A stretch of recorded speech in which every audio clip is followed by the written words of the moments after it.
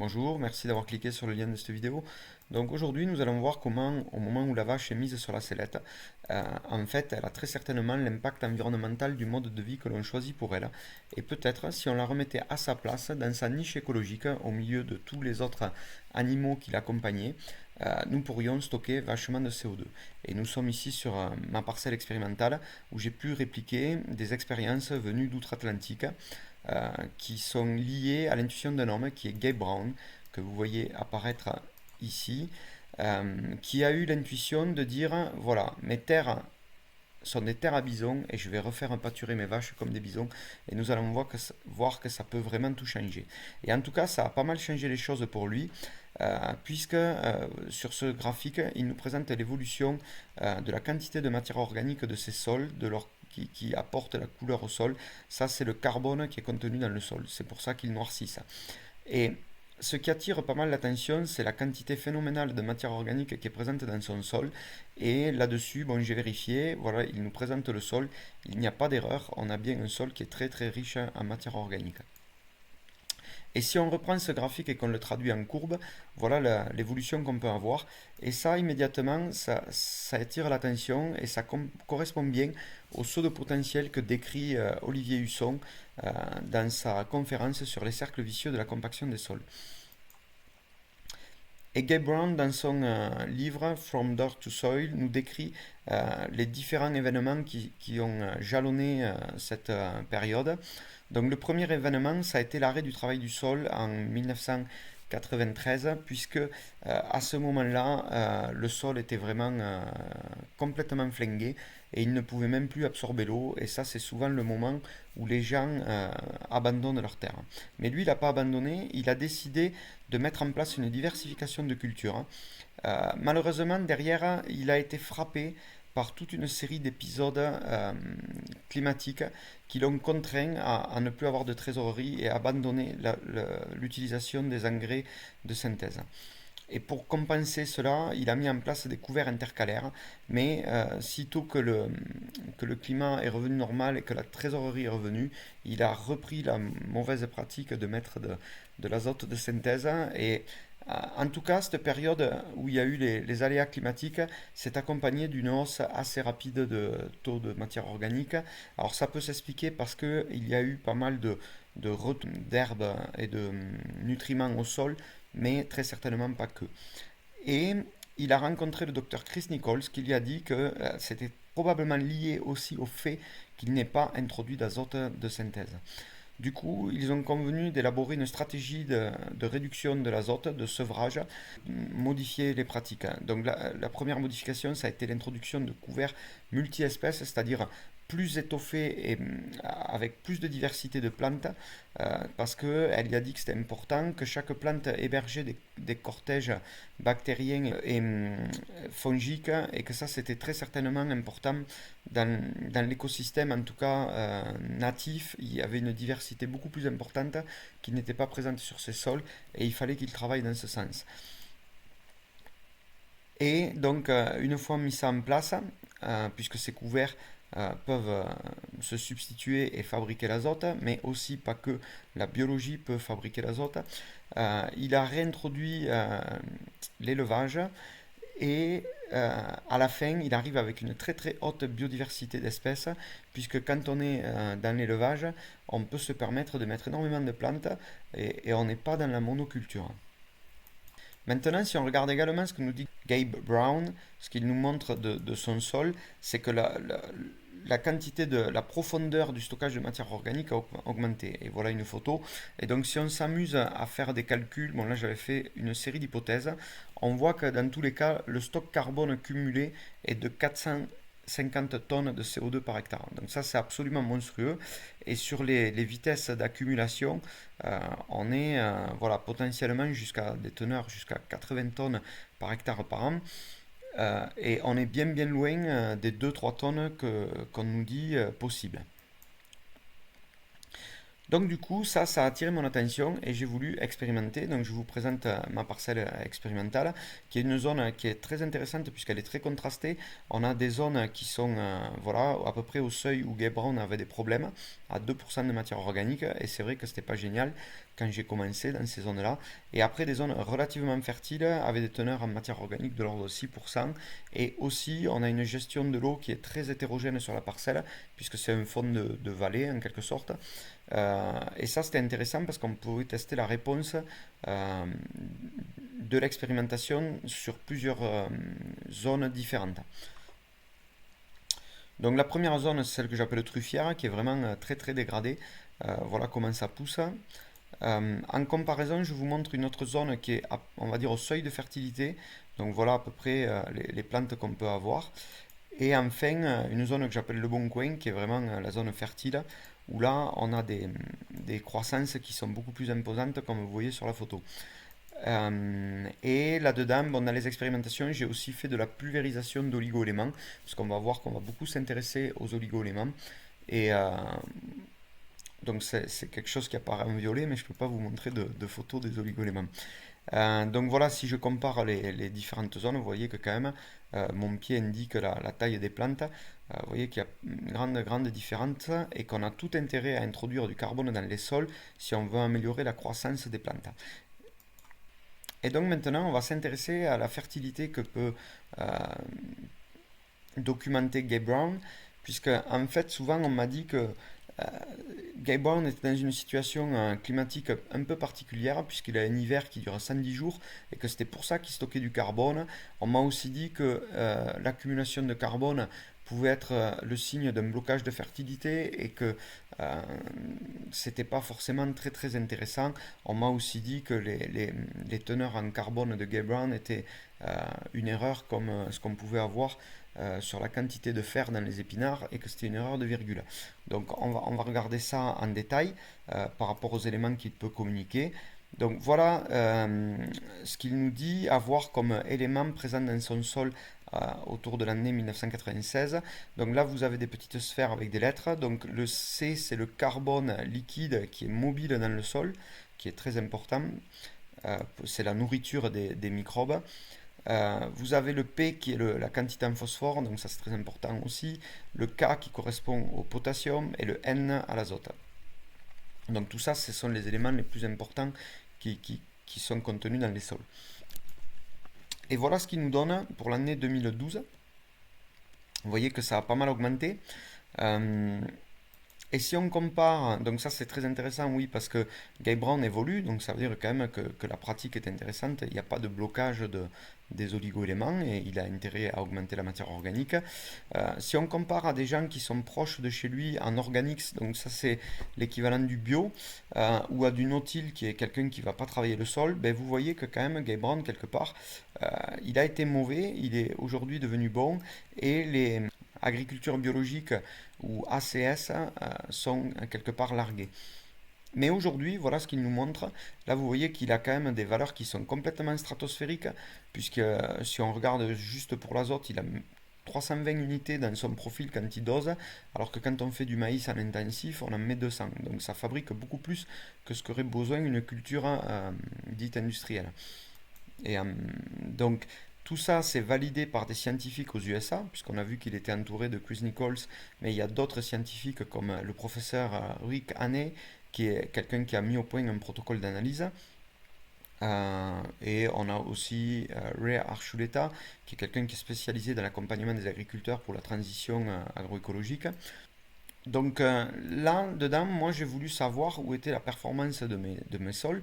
Donc là, ici, c'est pour ma zone fertile. Vous voyez que quelque part, vu que j'ai des méthodes assez proches, et bien, vous voyez qu'il y a une forme de validité, puisqu'on a quand même pas mal d'azote. J'ai aussi mis voilà, la zone de fertilité et la zone érodée. Et ce qui était intéressant aussi, c'est de voir que la zone érodée, ben, elle évoluait. Donc ça, voilà, c'est toujours très encourageant. J'ai aussi comparé aux zones naturelles. Et alors ici, j'ai une prairie naturelle ou une autre zone qui est un roncier et on voit que la nature se débrouille et que quelque part l'azote se fabrique tout seul dans la nature. Donc c'est peut-être pas la peine d'en mettre. Et en tout cas, on voit que les gens qui en mettent, ou que ce soit Gay Brown ses voisins aujourd'hui, eh bien, on voit que finalement on a moins d'azote quand on en met. Et peut-être c'est la première des choses à faire, c'est éliminer l'azote. Et voilà, donc plus d'azote sans mettre d'azote, ça c'est vraiment le premier truc paradoxal. Maintenant, je vous propose d'aller sur le terrain et de voir comment ce qu'on peut mettre aussi en place et que nous dit Gabe Brown de faire, c'est que en fait, vous avez à droite une prairie naturelle qui est déjà très jolie, qui arrive bien aux genoux passés, mais lui il propose d'utiliser des plantes géantes, avec notamment des plantes adaptées à l'été, puisque lui on a vu chez lui il n'y a qu'une saison, il n'y a que la plante d'été qui pousse, et il utilise des plantes voilà, du tournesol, sarrasin, sorgho, qui sont vraiment des plantes qui sont très adaptées et qui sont géantes et qui ont des systèmes racinaires géants. Et ça on va voir c'est assez important. Et par contre, voilà, là-dedans, je vous propose une petite image de la même zone qui était une année avant où il avait un peu moins plu, donc les couverts étaient moins jolis. Mais voilà un peu ce que ça peut donner. Voilà, on met des moutons dedans et il faut essayer de comprendre. Ou ici, là, on a une autre séquence où j'avais aussi impliqué des vaches et où voilà, on se pose la question de comment est-ce qu'on peut arriver à mimer un pâturage de bisons, une migration de bisons, donc c'est pas évident. Bon, des fois il y avait des petits mélanges entre les protagonistes, mais tout s'est bien passé. Et la question qu'il faut se poser, c'est combien on laisse de végétal. Parce qu'en en fait, on a un Américain qui s'appelle Quitters qui, en 1955, a déterminé qu'en fonction de la quantité de feuilles qu'on laissait, on allait impacter les racines.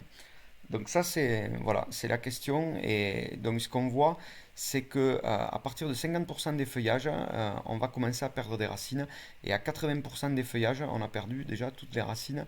La plante ne peut plus subvenir aux besoins des racines donc elle meurt. Et donc usuellement, si on reprend un peu notre quantité d'herbe, les gens ont tendance à dire ben, on va couper et ramasser tout ce qu'on peut, puisqu'on voit que si jamais on en laisse plus, ça pousse pas plus. Euh, et donc, si on replace par rapport où on a commencé à couper, on voit que quelque part on peut aller beaucoup plus loin et avoir beaucoup plus de longueur d'herbe, puisqu'on coupe ici et ça repousse. Et ça, donc, du coup, c'est de l'argent. Mais peut-être ça, c'est un raisonnement un peu trop simpliste et il faut voir, il y a des choses plus complexes qui se passent. Donc l'impact des racines, si on dit qu'on tue des racines, ben, la première chose qu'il faut représenter à l'esprit, je pense, c'est que si on a des racines plus courtes et que l'eau est plus au fond dans le profil, eh ben, on va moins pouvoir aller chercher l'eau. Donc quand va arriver la canicule, on ne pourra pas faire pousser les plantes autant. Parce que là, ce que je vous montrais, c'était des images qui étaient faites au printemps. Donc forcément, au printemps, il n'y a pas de problème, il y a de l'eau partout. Mais une autre chose qu'il faut aussi considérer, c'est par rapport à la présence des minéraux, c'est que très certainement, et c'est ce que je vais vous montrer avec cette petite animation, si on a des racines plus courtes, eh bien, éventuellement on peut avoir des carences, c'est-à-dire que les plantes vont être capables de recruter moins de minéraux, puisqu'on a vu qu'on reconstruit la même quantité de feuilles, et bien, du coup on va mettre moins de minéraux dans les feuilles, et du coup on aura des plantes en mauvaise santé. Et dans tous les cas, avant de me lancer dans les pâtures, j'ai voulu tester sur ce châtaignier que vous voyez, il a une toute petite feuille un peu horrible là, et j'ai enlevé 30% de feuilles et j'ai observé ce qui s'est passé. Et bien vous voyez, je me suis retrouvé avec une belle feuille. Donc ce qui s'est passé, c'est que la plante était bloquée et il manquait d'éléments pour pouvoir construire son métabolisme et assumer toutes les fonctions. Donc elle était capable de faire que des petites feuilles. Et quand on a enlevé 30% de feuilles, on avait plus de racines et on a fabriqué une plante en bonne santé. Et du coup, ce que voient les gens qui ont des pratiques propre, c'est que quand les plantes sont riches en minéraux, eh bien on offre la santé aux troupeaux et aux vivants. Donc ça c'est quand même intéressant et on construit un système sain. Donc, et ça je vais vous le montrer, j'ai fait aussi des analyses sur la zone. Donc là ce que je montre en premier c'est la quantité d'oligo-éléments qu'il y a dans le sol parce qu'on va voir qu'on a des choses un petit peu paradoxales qui se passent. Donc là, on retrouve les trois zones, fertilité, seuil de fertilité et zone dégradée. Je fais ça tous les ans. Donc là, l'année où j'ai fait pâturer, c'était en 2021. Et ce qu'on voit, c'est qu'on va se focaliser essentiellement sur la zone dégradée où on voit qu'il y a très peu de minéraux relativement aux autres zones. Mais quand on fait du coup nos pâtures, donc là on s'intéresse à un seul élément, c'est le zinc, et on peut en doser une trentaine à peu près. Là ce qu'on voit, c'est que si on regarde la quantité de racines qu'on a conservées par rapport à les feuillages, donc au départ on a analysé ce qu'il y avait dans les jeunes feuilles comme minéraux et dans les vieilles feuilles.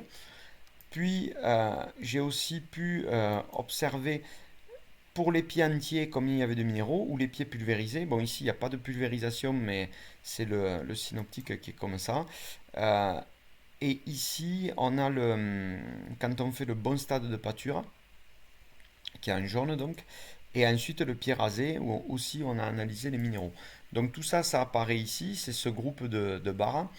Ce que je rajoute, c'est une zone qui correspond au seuil usuel de quantité de minéraux qu'on peut observer suivant la moyenne des pratiques au niveau mondial, puisque là c'est fait dans un labo qui est en Hollande et qui capte à peu près tout le marché mondial pour ce type d'analyse. Donc ce qu'on voit, c'est qu'au départ, les feuilles vert clair et vert foncé, donc jeunes et vieilles, étaient à peu près correctes au niveau des seuils en minéraux de zinc. Par contre, après les pâtures, un mois après, ben, en fait, la plante s'est appauvrie et on n'avait pas assez de minéraux puisqu'il y en a peu dans le sol. Par contre, quand j'ai fait les bonnes pratiques qui ont permis aux plantes de conserver les racines, on s'est trouvé avec plus de minéraux que ce qui est usuel. Donc ça, vous le savez, le zinc, c'est vraiment un minéral qui est important pour avoir la santé. Bon, après, ce qu'on voit aussi, c'est que les choses sont complexes. C'est que par exemple, dans la zone où c'est riche en minéraux, petit à petit, la plante arrive à dépasser le seuil. Par contre, si on lui coupe les racines, ben, finalement, elle revient un peu en arrière et c'est moins bien. Et ça, donc, quand la plante a les minéraux, ça veut dire qu'elle est capable de se construire. On l'a vu, elle fait des plus grandes feuilles, donc elle peut faire plus de photosynthèse, elle peut fabriquer plus de sucre. Et j'ai pu observer des choses beaucoup plus bizarres, hein, parce que si on regarde en fonction de la quantité de sucre dans les feuilles, en fonction de l'effeuillage, eh bien on voit que les plantes, alors qu'on vient de dire qu'elles étaient les mieux armées pour faire la photosynthèse, eh bien en fait, elles ont le moins de sucre sur elles. Donc qu'est-ce qui peut se passer? Eh bien, très certainement, les plantes, elles exsudent ces sucres dans le sol. Là, si je mets une image en illustration, c'est un maïs qui a la particularité de mettre des exsudats en partie aérienne, du coup on le voit, et ça ressemble à ça. En fait, c'est comme du polymère qu'il y a dans les couches de bébé, c'est du polymère hydro-rétenteur, donc ça permet de stocker l'eau.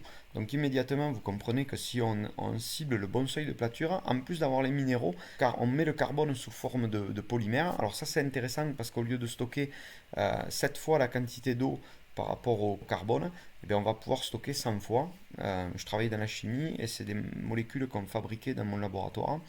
Donc ça c'est très très intéressant. Et vous comprenez qu'immédiatement, ça peut tout changer. Euh, Par contre, si on veut mimer les pâtures de bison, en fait, ce qu'on s'est aperçu, c'est comme vous voyez, la parcelle est très très hétérogène. Et je vous montre cette image, puisque à un moment donné, on s'est trouvé avec des couverts qui n'étaient pas bien mûrs. Et là, on s'est aperçu qu'il y avait un truc que les brebis aimaient bien. C'est ce que je vous montre là. C'est de l'avoine qui était au stade laiteux pâteux. Donc ça veut dire que c'était pas tout à fait mûr et on trouvait qu'elles avaient. Donc ça déjà, ça posait question pour le berger qui m'a prêté les brebis. C'est qu'en fait, il n'a pas l'habitude de faire ça, mais il m'a dit, bon, ça peut être intéressant que le grain soit mûr parce qu'en fait, des fois, quand on veut augmenter la fertilité du troupeau, on donne de l'avoine et ça permet de faire un flushing et ça permet de déclencher les chaleurs tout en même temps. Euh, et ça, eh bien, en fait, c'est ce qu'on a constaté, c'est qu'il y a eu le troupeau, les béliers ont eu pas mal de travail. Et l'année d'après, quand il est revenu, que j'y ai posé la question, j'ai dit alors comment ça s'est passé au niveau de la fertilité? Et bien, il me dit on a eu 30% de jumeaux en plus. Et tous les agneaux sont venus en même temps, donc il s'était vraiment passé quelque chose à ce moment-là. Et en tout cas, nous, ce qu'on voyait, c'est que les brebis étaient très contentes, très frénétiques. Elles se jetaient sur le grain. Là, vous voyez, on en voit une qui mange que le grain. En fait, elle ne mangeait que le grain. Donc, on s'est dit, quelque part, ça c'est. Si les troupeaux étaient libres et qu'ils avaient le choix d'aller et venir dans le paysage à l'échelle du continent, et bien peut-être ils suivraient ce stade, au lieu de manger de l'épinard, ils iraient manger du bonbon. Euh, voilà. Donc du coup, je vous propose une autre séquence. Voilà ce qu'on a organisé au final. Ça, c'était l'année après. Ben, en fait, on a organisé un gros saccage en règle. Bon, là, c'est moins bien fait parce que les sorgho étaient très très grands et c'est ce qui explique que j'ai pas eu la barre jaune pour la zone fertile parce que c'est ce qu'on voit là. En fait, ce qu'on voit, c'est que les moutons avaient tendance à casser les pieds euh, de sorgho, mais les miens aussi, puisque j'ai pas eu les résultats analytiques. Ils faisaient tomber les pieds entiers avec leurs pattes pour manger les feuilles en haut et le grain.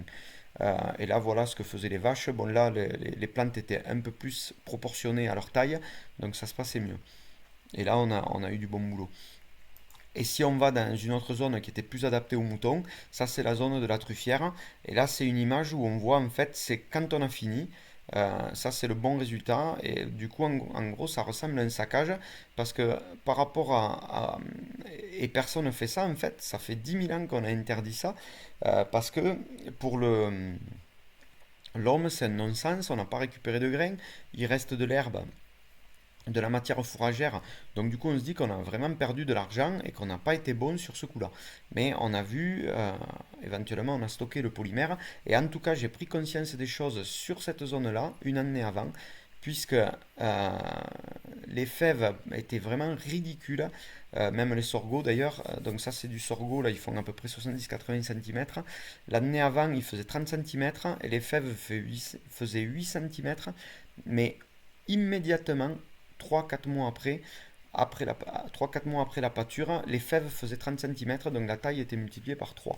Et ça, c'était vraiment bluffant, et c'est ce qui m'a donné envie de prendre les choses autrement, et d'aller sur le terrain, et de mesurer plus finement l'impact que je pouvais avoir sur les racines. Et du coup, j'ai décidé de vraiment sortir le mètre que 30%. Et ça, donc ça c'est ce que nous disent les Américains. C'est en fonction du taux de feuille, quel impact ça peut avoir sur la quantité de matière organique qu'on va stocker. Donc c'est la quantité de carbone qu'il y a dans le sol en fonction de la profondeur. Et ici on a trois types de pâtures qui sont comparées. Donc l'adaptative qui est ce qu'on est en train de décrire. Rotation, c'est quelque chose où on bouge un peu plus souvent les bêtes. Et continuous, c'est quand on les laisse en place. Mais je pense que ce graphique, vu qu'on parle de profondeur, on doit le voir comme ça. Et je vais vous montrer quelque chose, le parallèle qu'on peut faire et ce qu'il faut voir, très certainement. Donc si on fait qu'on reste tout le temps sur place, on va tuer les racines et du coup on va avoir un faible stock carbone, mais qui va en fait quelque part refléter la longueur des racines, et on va avoir une accumulation de carbone là où il y a les racines, et une petite cheminée qui correspond à la migration. On a vu qu'il y avait plus de carbone liquide dans les sols. C'est ce carbone, il va infiltrer petit à petit dans le sol, et il va quitter la surface et être du coup protégé il va être vraiment séquestré. Si on mobilise un peu plus, dynamise le troupeau, eh bien, on va avoir un peu plus de racines, et au final, vous voyez que la quantité de carbone, ce qu'on peut doser, reflète. Et là, ça s'est passé très très vite quand on mobilise les troupeaux et qu'en fait on mime la migration. Mimer la migration, en fait, ça revient à dire, ben, on remet des prédateurs, et les troupeaux, ils sont vraiment pressés et il faut qu'ils avancent. Et dans ce qu'on vient de dire, on a parlé des animaux qui iraient choisir facilement le stade où la nourriture a un goût à bonbon. Mais ce qu'on a compris avec le copain qui me prêtait les moutons, c'est qu'en fait, un jour, il me dit, j'ai une brebis, elle s'est faite attaquer par un loup. Et je dis, mais comment tu sais que c'est un loup? Ben, il me dit, parce que le loup, quand il mange pas partout. Il fait un trou proprement et il mange le foie et les poumons. Et il me dit, ben oui, parce que si tu étais un loup, que tu devais courir derrière un troupeau, tu vas pas te charger le bide avec 4 kilos de biboche, il faut que tu restes mobile. Et du coup, tu prends ce qui offre la santé, c'est-à-dire les minéraux qui sont dans le foie, et le glycogène qui est contenu. Et en fait, si on revient sur l'épidorge, ce que mangent les brebis, eh bien, c'est la même chose. C'est euh, dans le grain, vous avez vu, il était assez humide, donc vous avez de l'eau. Elles ne sont pas obligées d'aller chercher à l'abreuvoir de l'eau. Elle se retrouve avec du lait, donc de l'amidon, de l'amidon, des sucres, donc, des protéines, des minéraux. Donc elles ont tout ce qu'il faut pour faire un repas très très léger. Enfin, en fait, ça ressemble vraiment à ce que prend un athlète qui est en train de faire un effort sportif intense. C'est vraiment le type de composition d'aliments qui est acheté dans le commerce pour les efforts intenses. Et par contre, voilà, du point de vue de la plante, eh bien elle avait son grain qui était presque mûr là, c'était presque la fin de la saison. La canicule ou le fin de cycle va arriver, euh, puisque c'est une annuelle, les plantes comme la voile, l'été va arriver, elle va mûrir. Et elle se dit, ben là, c'est foutu quoi, je pourrais pas refabriquer une descendance, c'est trop tard.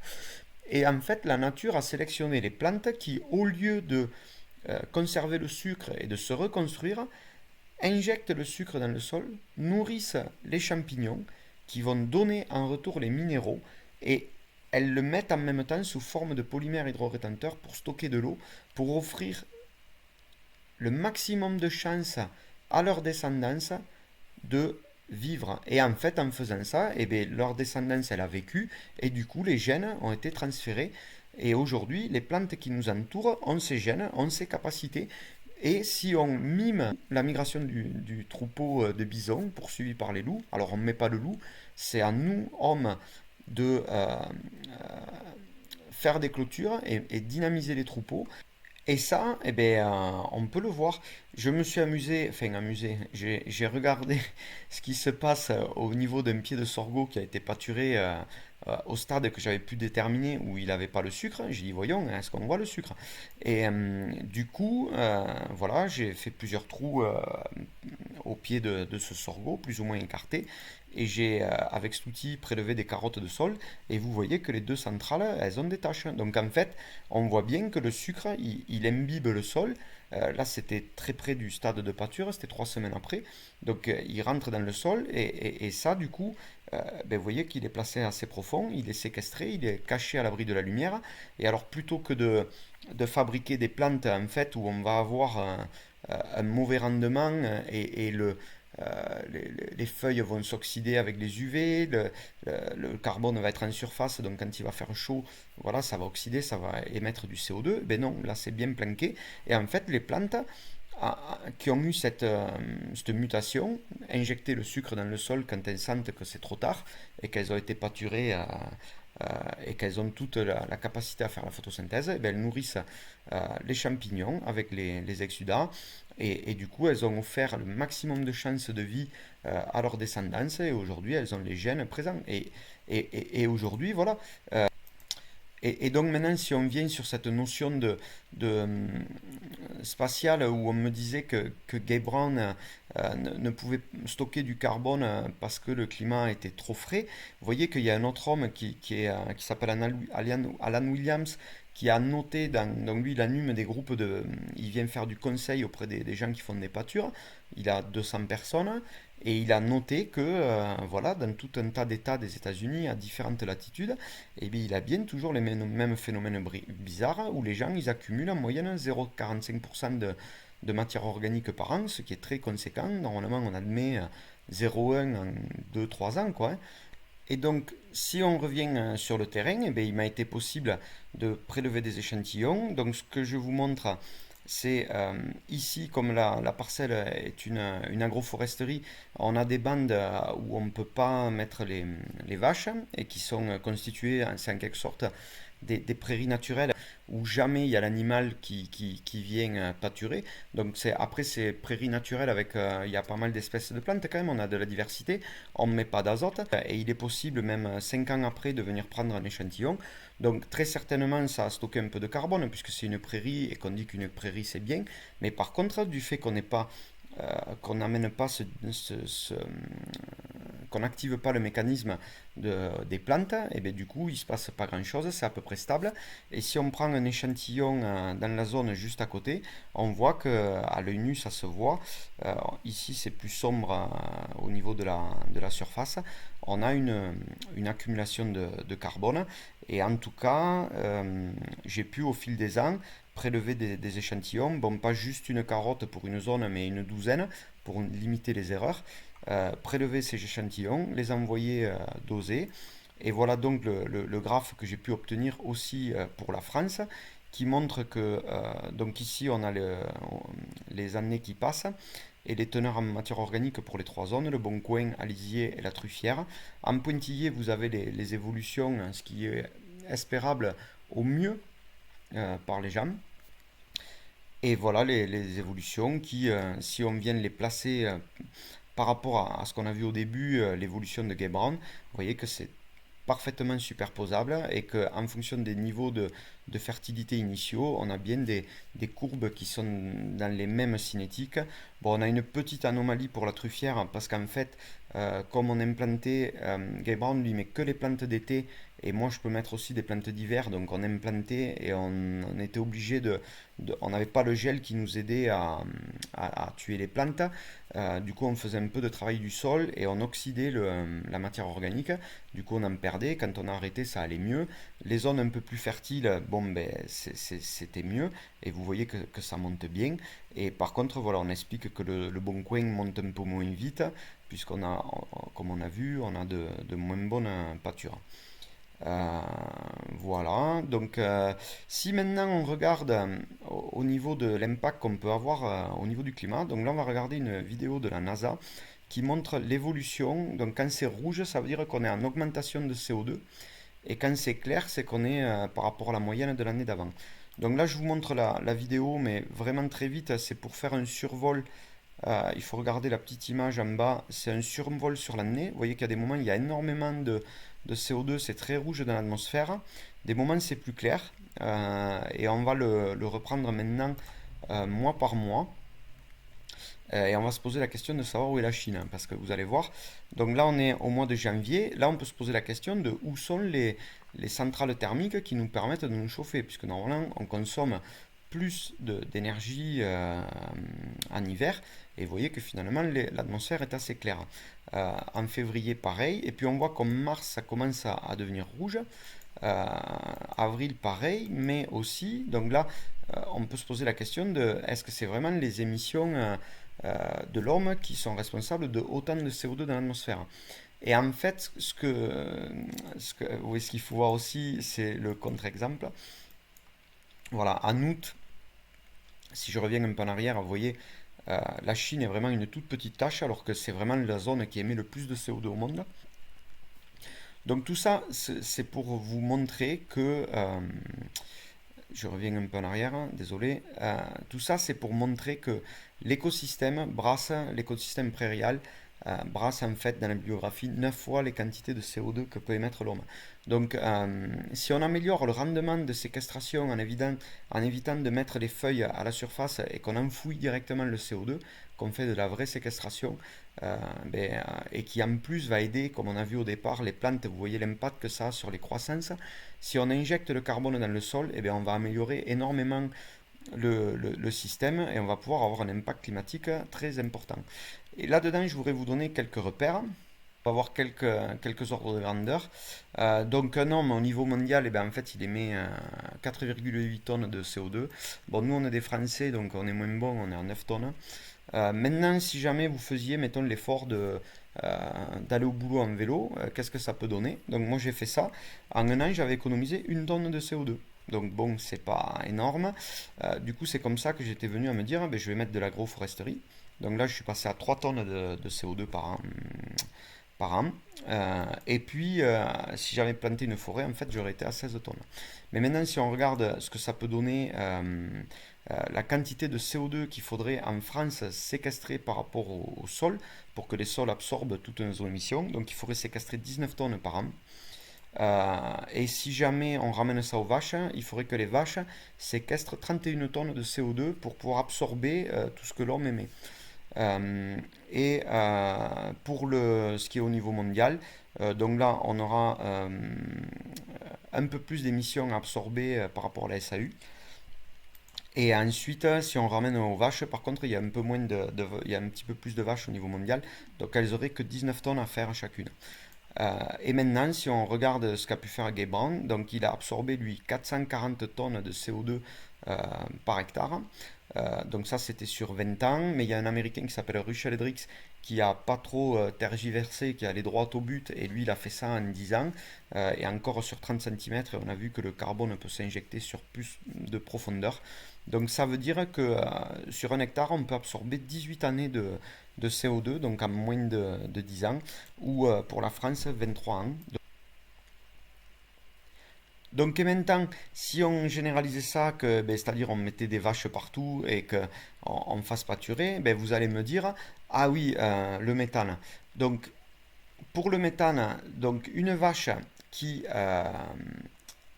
est en mode d'agriculture industrielle, elle va émettre 110 kg par an. Une qu'on va faire pâturer, elle va faire 70 kg par an. Et le bison dans son écosystème, il fait 30 kilos. Et la vache, en fait, qu'on fait pâturer, ou toutes, enfin, celles qui ont des soucis, si on leur donne des oméga 3, elles vont pouvoir réduire de 15% leur alimentation. Et on voit que le bison est bien mieux. Donc, est-ce que quelque part, le bison, en ayant ces modes de pâture qu'il peut avoir, comme on a vu que ça a été une histoire de fertilité, de minéraux, etc., et on sait que les plantes qui sont en bonne santé ont plus d'oméga 3, puisqu'en fait, au début, elles améliorent leur photosynthèse et puis ensuite, elles peuvent réaliser leurs protéines, comme on a vu, pour se construire. Et après, elles vont avoir les feuilles qui brillent parce qu'elles seront en meilleure santé. C'est des acides gras qu'elles mettent en surface, donc c'est là qu'elles peuvent fabriquer leurs acides gras et leurs oméga 3. Et après, en tout dernier lieu, elles fabriquent les antioxydants qu'elles peuvent transmettre à la chaîne alimentaire. Et ensuite, comment on arrive à ces résultats, puisque là finalement je vous montre des 9 tonnes, 1 tonne et demie d'équivalent CO2. En fait, le méthane, il a un impact, il dure que 12 ans dans l'atmosphère, et le CO2 lui il reste 100 ans, donc on peut dire que soit l'impact est multiplié par 25 par rapport au CO2, si on considère sur 100 ans, ou alors on va pouvoir dire que l'impact vaut 25 fois le CO2 si on considère que c'est que sur 12 ans. Donc du coup, quoi qu'il en soit, si on ramène à ce que peut faire la vache, puisqu'en général on fait pâturer une vache à l'hectare, ben on peut considérer qu'elle séquestre 40 tonnes à l'hectare par an. Donc je pense qu'il n'y a pas question, le méthane n'est pas vraiment un souci, et du coup on pourrait faire ce que nous montre cet extrait du film Kiss the Ground, c'est-à-dire qu'on pourrait faire descendre la courbe de CO2 à la vitesse où elle est montée. Et voilà, donc moi je pense que c'est une super opportunité que l'on a, et je pense qu'il est assez important, voilà, de remettre la vache dans son écosystème. Vous avez vu, on a exploré différents mécanismes. On voit que ça a beaucoup de sens et du point de vue du loup, de la vache, de la plante, des polymères qui sont exsudés, des minéraux qu'on peut avoir. Donc voilà, l'écosystème, a priori, il fonctionne comme ça. On a empêché ça il y a 10 000 ans. On voit que dans les courbes d'augmentation de CO2, méthane et oxyde d'azote, ça a commencé à cette période-là. Donc remettons la vache dans son écosystème et ça devrait nous faire un meilleur futur. Voilà, en tout cas, moi, quand j'avais vu ces images, ça m'avait fait beaucoup de bien au moral. Et voilà, donc ce que je voulais dire, c'est que tout ça, c'est impossible à mécaniser. Et je vous remercie pour votre attention. Voilà. Ah, mais peut-être ça ne s'arrête pas là, puisque j'avais vu, quand j'avais fait les pâtures, hein, quand je bougeais l'abreuvoir, je vais vous montrer ce que j'avais vu. Euh, Vous savez qu'en ce moment, on a pas mal de problèmes d'infiltration, d'inondation. Regardez ce qui s'est passé dans mon champ. Voilà, en 5 secondes, j'ai mis 30 millimètres d'eau, donc ça c'est euh, une bonne journée de pluie. En 15 secondes, ça a disparu. Donc on va voir que peut-être l'impact climatique ne s'arrête vraiment pas là. Et ça, je vous propose dans cette vidéo où on va parler de cinétique d'infiltration des sols au gré des pratiques, ou alors carrément dans la vidéo agro-écoclimatologie, où puisqu'on a vu qu'en remettant là un petit peu l'écosystème dans l'ordre, là ce qu'on est en train de voir c'est que peut-être les vers de terre ça peut avoir de l'impact sur l'infiltration. J'ai creusé la question et on arrive à démontrer que en fait le réchauffement climatique est très certainement lié à la perte de biodiversité et que voilà, je vous laisse regarder quel mécanisme on peut mettre en œuvre et quelle dynamique on pourrait avoir. Et très certainement, vous voyez qu'aujourd'hui on parle de plus en plus d'emballement climatique. En fait, le problème il est là, il est sous vos yeux, c'est qu'à mesure qu'on dégrade l'écosystème et qu'on retire la vache, et bien en fait on amplifie le réchauffement. Ça se démontre et la vache est très certainement le gardien du climat. Et s'il vous plaît, intéressez-vous à ces choses-là parce que c'est vraiment très très très urgent. Merci beaucoup pour votre attention et à bientôt peut-être.